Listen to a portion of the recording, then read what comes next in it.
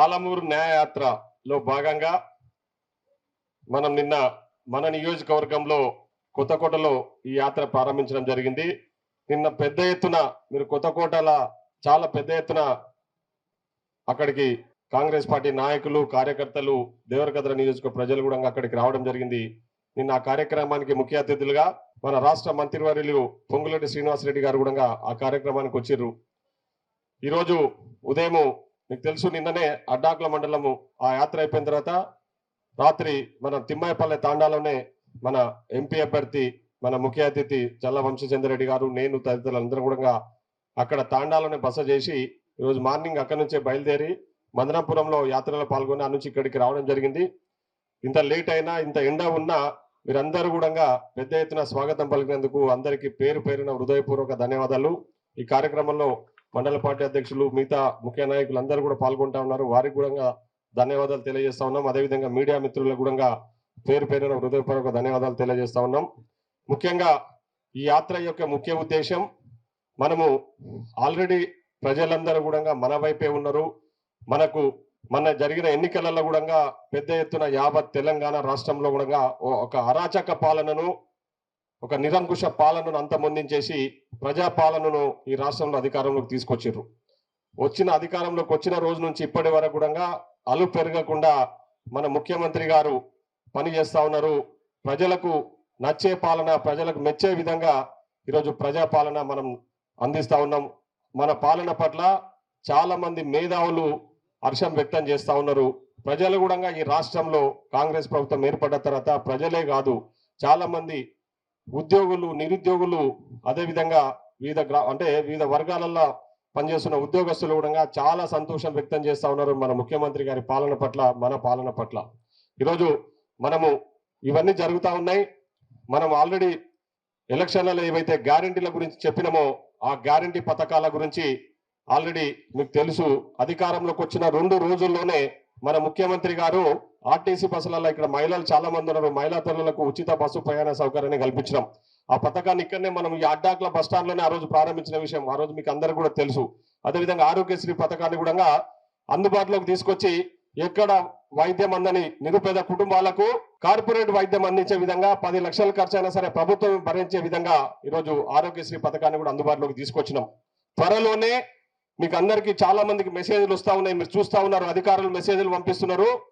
గృహలక్ష్మి పథకం కింద 200 యూనిట్ల ఏదైతే కరెంటు ఉచితంగా ఇస్తామన్నామో దానికి సంబంధించిన పత్రాలు కూడా మీరు పంపియండి అని చెప్పేసి అధికారులు మీకు మెసేజ్ పెట్టి కరెంటు కూడా 200 యూనిట్ల కరెంటు బిలో పావర్టీ లైన్ లో ఉన్న వాళ్ళందరికీ 200 యూనిట్ల కరెంటు ఉచితంగా త్వరలోనే ఇవ్వబోతా ఉన్నాం. అదొక గ్యారంటీ పథకం.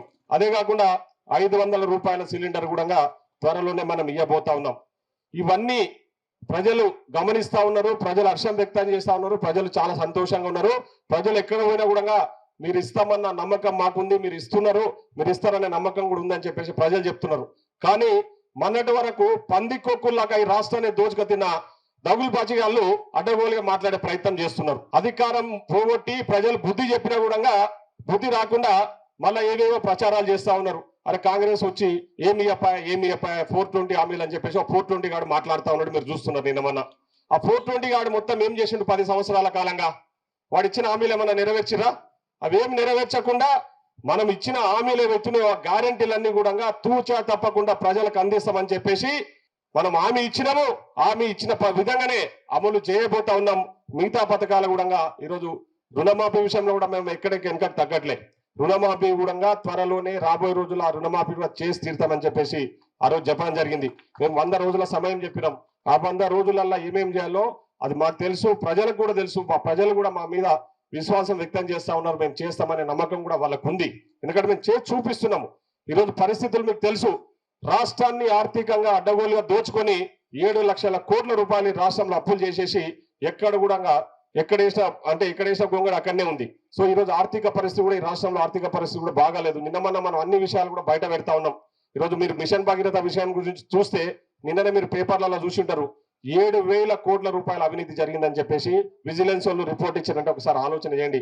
ఒక్క మిషన్ భగీరథలనే కాదు, కాళేశ్వరం ప్రాజెక్టులో అవినీతి జరిగిందని, విద్యుత్ సంస్థల కొనుగోలులో కూడా అవినీతి జరిగిందని చెప్పేసి పెద్ద ఎత్తున విత్ ప్రూఫ్స్ అంటే సాక్ష్యాలతో సహా మనము గత ప్రభుత్వంలో చేసిన మోసాలన్నీ కూడా మన ముఖ్యమంత్రి గారు బయట పెడతా ఉన్నారు, ప్రజలందరూ చూస్తా ఉన్నారు. అవన్నీ తట్టుకోక, అవన్నీ జీర్ణించుకోలేక, చేసిన తప్పులను ఒప్పుకోక, చేసిన తప్పులను కప్పిపుచ్చుకోవడానికి మన మీద నెపం పెట్టి ఈరోజు కృష్ణానది జలాలను మన మీదో బయటోళ్ళకి అమ్ముకుంటున్నట్టు, బయటోళ్ళకి ఇచ్చుతున్నట్టు వీళ్ళేదో ప్రచారం చేస్తా ఉన్నారు. నిన్న మనం మీరు చూసి ఉంటారు, ముఖ్యమంత్రి గారు కాంగ్రెస్ లకు తెలివి లేదు, అది లేదని అడ్డగోలుగా మాట్లాడే ప్రయత్నం చేస్తున్నాడు. నువ్వు తెలివిన ముఖ్యమంత్రివి, 10 సంవత్సరాలుగా ముఖ్యమంత్రిగా ఉండి 7 లక్షల కోట్ల అప్పులు చేసేసి పడిపోయే ప్రాజెక్టు ఈరోజు చూస్తున్నారు. మేడిగడ్డ ప్రాజెక్ట్ ఏమైందో, ఆ మేడిగడ్డ ప్రాజెక్టు కూలిపోయే పరిస్థితులు అన్నది. అది నీ తెలివి. మా గురించి మాట్లాడతాను. మేము తెలివినోళ్ళం కాదా కాబట్టే జూరాల ప్రాజెక్టు కట్టినాం, కోయిల్ సార్ ప్రాజెక్టు కట్టినాం, కేఎల్ఐ కల్వకుర్తి లిఫ్ట్ ఇరిగేషన్ తీసుకొచ్చినాం, సరళ సాగర్ ప్రాజెక్టు కట్టినాం, నాగార్జున సాగర్ ప్రాజెక్టు కట్టినాం. ఎప్పుడు కట్టినాం? అవి 50 ఏళ్ల క్రితం కట్టిన ప్రాజెక్టులు కూడా ఇప్పటికి చెక్కు చెదరలేదు. అది కాంగ్రెస్ వాళ్ళకు ఉన్న తెలివి. నీలాగా కూలిపోయే ప్రాజెక్టులు కానీ తెలివి కాదు మాకి, నీలాగా దోచుకు తినే తెలివి కాదు మాది.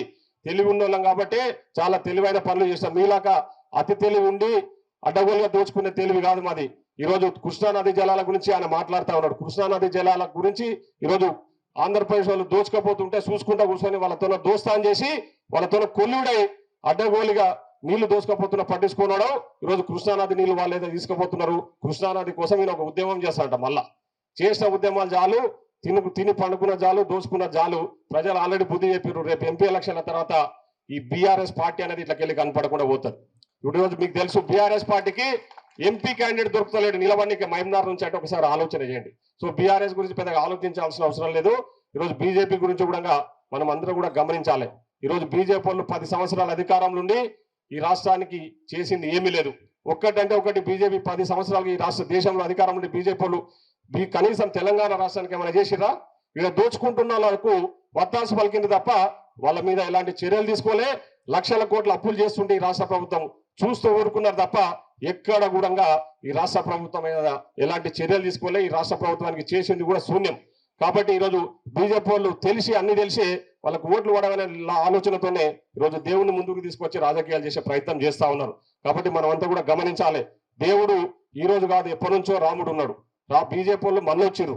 రాముడు ఎప్పటి నుంచో ఉన్నాడు. రాముని మనం అందరం కూడా పూజిస్తున్నాము, రేపు కూడా పూజిస్తాము, ఎప్పటికీ పూజిస్తాము. రాముడు మనకు దేవుడే. కానీ వాళ్ళు బీజేపీ వాళ్ళు ఇప్పుడు దేవుని ముందర పెట్టి రాజకీయాలు చేసే ప్రయత్నం చేస్తా ఉన్నారు. కాబట్టి అవన్నీ కూడా ఆలోచన చేయాలి. ప్రజలకు ఖచ్చితంగా మనం ఇచ్చిన హామీలు నెరవేర్చబోతా ఉన్నాం. ఇప్పుడు ఆల్రెడీ నెరవేర్చడంలో మనం ముందున్నాము. రేపు రాబోయే రోజుల్లో కూడా మిగతా గ్యారంటీలు కూడా తప్పకుండా ఇచ్చి తీరుతామని చెప్పేసి తెలియజేయాల్సిన బాధ్యత మనందరి మీద ఉంది. ఈరోజు ఎంపీ అభ్యర్థిగా మీకు తెలుసు, చల్లా వంశీచంద్ర రెడ్డి గారు మన నియోజకవర్గానికి చాలా సుపరిచితులు. గతంలో 2019లో కూడా కాంగ్రెస్ పార్టీ క్లిష్ట పరిస్థితుల్లో ఉన్నప్పుడు ముందుకు వచ్చి ఎంపీ అభ్యర్థిగా నిలబడ్డ వ్యక్తి డాక్టర్ చల్లా వంశీచంద్ర రెడ్డి గారు. ఈరోజు పార్టీ కూడా ఖచ్చితంగా చల్లా వంశీచంద్ర రెడ్డి అయితేనే కరెక్ట్ అని చెప్పేసి ఆయనకు నిర్ణయించి ఆయనను ఈరోజు ఈ యాత్ర మొదలు పెట్టమని చెప్పిందే పార్టీ. ఆయన పార్టీ ఆదేశాల ప్రకారమే ఈరోజు ఈ యాత్ర కొనసాగిస్తా ఉన్నాడు. అందరినీ కలుసుకోవాలి, అందరిని పలకరియాలి, అందరి సమస్యలు తెలుసుకోవాలి. కేంద్ర ప్రభుత్వం నుంచి రేపు మనము ఏ విధంగా రాష్ట్రానికి రావాల్సిన నిధులు తెచ్చుకోవాలి, రాష్ట్రాన్ని అభివృద్ధి చేయడంలో మనం ఏ విధంగా భాగస్వామ్యం కావాలనే ఆలోచనతోనే ఈరోజు చల్లా వంశీచంద్ర రెడ్డి గారు ముందుకు వస్తా ఉన్నారు. కాబట్టి ఈరోజు ఖచ్చితంగా ఈ నియోజకవర్గంలో మనం పార్లమెంట్లో ఉన్న 7 నియోజకవర్గాలకు మనము ఎమ్మెల్యేలో గెలిచినాము. ఇందులో 7 మన ముఖ్యమంత్రి, మనందరి అభిమాన నాయకులు రేవంత్ రెడ్డి గారు ఈ నియోజకవర్గానికి ఇన్ఛార్జిగా కూడా ఉన్నారు. కాబట్టి మనం గెలుపు అనేది ఖాయమైపోయింది. కాకపోతే మనము నిర్లక్ష్యం చేయకుండా ఏ విధంగా అయితే మన జరిగిన ఎన్నికలలో మీరందరూ కష్టపడి నా గెలుపు కోసం ప్రయత్నం చేసారో అంతకు రెట్టింపు కష్టం చేసి ఈ ఒక్క ఎంపీ గెలిపించుకున్నాం అనుకోండి, మనము రేపు రాబోయే రోజుల్లో జరగబోయే ఏ లోకల్ బాడీ ఎలక్షన్ అయినా కూడా నేను మీకు హామీ ఇస్తున్నా, సర్పంచ్, జెడ్పీటీసీ, ఎంపీటీసీ, ఎంపీపీలు అన్ని కూడా భారీ మెజార్టీతో మనమే గెలవబోతా ఉన్నామని కూడా ఈ సందర్భంగా తెలియజేస్తా ఉన్నా. ఆ గెలిపించే బాధ్యత నేను తీసుకుంటా అని చెప్పి కూడా మీకు అందరు కూడా ఈ సందర్భంగా నేను హామీ ఇస్తా ఉన్నా. కాబట్టి మనందరం మన జరిగిన అంటే అసెంబ్లీ ఎన్నికలలో ఏ విధంగా అయితే కలిసికట్టుగా పనిచేసినామో రేపు ఎంపీ ఎలక్షన్లో కూడా మనందరం కలిసికట్టుగా పనిచేసి వంశీచంద్రను గెలిపించడంలో మనము ముఖ్యంగా దేవరకద్ర నియోజకవర్గం కీలక పాత్ర పోషించాలని చెప్పేసి తెలియజేసుకుంటూ ధన్యవాదాలు. ఇప్పటిదాకా శేఖర్ రెడ్డి గారు చెప్పినట్టు ఇక్కడ మనకు గద్వాల బస్ డిపో, తర్వాత వనపర్తి బస్ డిపోకి సంబంధించిన బస్సులు అక్కడ నుంచి బయలుదేరినప్పుడు ఇక్కడికి వచ్చిపోతున్నాయి. కానీ హైదరాబాద్ నుంచి వచ్చినప్పుడు ఈ బస్ స్టాండ్కి రాకుండా అక్కడ రోడ్డు మీద దింపేసిపోతున్నారని చెప్పి ఇప్పుడే నా నోటీసులకు తీసుకురావడం జరిగింది. మీకు రేపు నుంచి అంటే ఒక 2-3 రోజులనే హైదరాబాద్ నుంచి వచ్చే ఆర్టీసీ బస్సులు ఏవైతున్నాయో గద్వాల కానీ వనపర్తి డిపో బస్సులు బస్ స్టాండ్లకు వచ్చి పోయే విధంగా త్వరలోనే నేను వాళ్ళకు అధికారులతో మాట్లాడి ఆ ఏర్పాట్లు చేయిస్తానని చెప్పి ఈ సందర్భంగా తెలియజేస్తా ఉన్నా. మీకు తెలుసు మొన్ననే ఇక్కడ హై స్కూల్లో టాయిలెట్స్ విషయంలో కూడా మనము ఇమ్మీడియట్లీ చేయిస్తామని చెప్పినాం. అక్కడ వర్క్ స్టార్ట్ అయిపోయింది, చాలా ఇబ్బందులలో ఉండే.